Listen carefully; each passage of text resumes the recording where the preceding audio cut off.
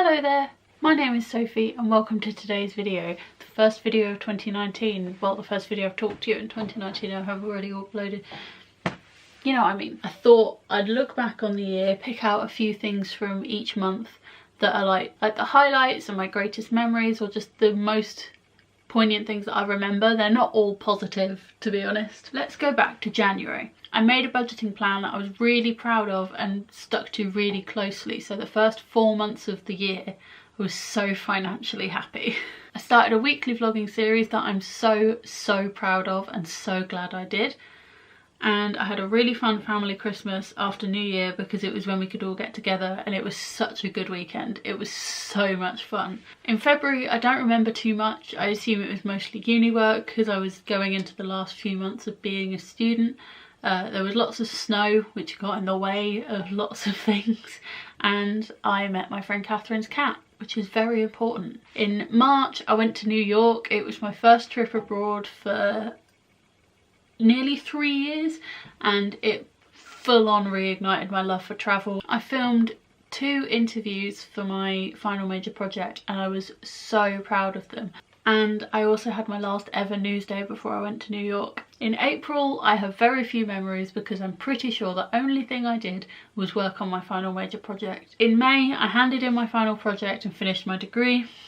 I had some really lovely time with my mum after my hand-in because I came home for like a week, and I went to MCM Comic Con in London for the second time and that was really good. We're going again this year, very excited about it. In June I went on a family holiday to Center Parcs, which was way more fun than I anticipated. Also in June my family always have a family kind of weekend around the 24th of June because that would have been my nan's birthday, and it was just so lovely this year. And to end the month on an incredible high, my sister took me to see Heathers the musical at the Other Palace with Carrie Hope Fletcher, and oh my god, it was incredible. In July I moved out of Southampton. Well, technically it was on the last day of June, but I moved home. I mean, the big one in July was that I graduated and I really started to focus on my blog and my YouTube channel, and from July and August it really picked up and I started posting a lot more regularly. In August I went to a book event which was hosted by Louise Pentland and Carrie Hope Fletcher for the releases of their books.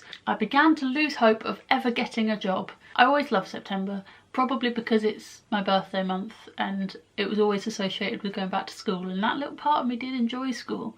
But I did have a lovely weekend away with my mum for our birthdays. We went for a spa weekend. My sister moved to uni and I'm so happy for her because she's just been so much happier since she moved. And I started learning to drive, which is probably one of the biggest things I did this year. In October I started volunteering at my old dance school, Welland School of Dancing, and I also started taking dance classes again.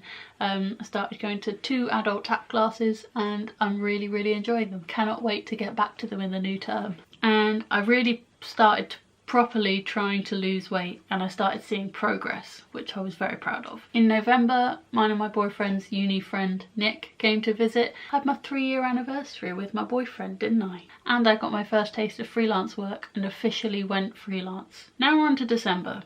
So I think I'll just go through each category I've got here.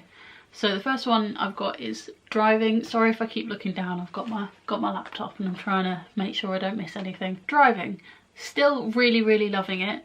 The way my instructor does it is she has an A4 piece of paper with 2 columns of all the skills I need to master before we even consider doing booking a test, and we're getting to the point where there's at least a couple of ticks out of 5 on almost everything.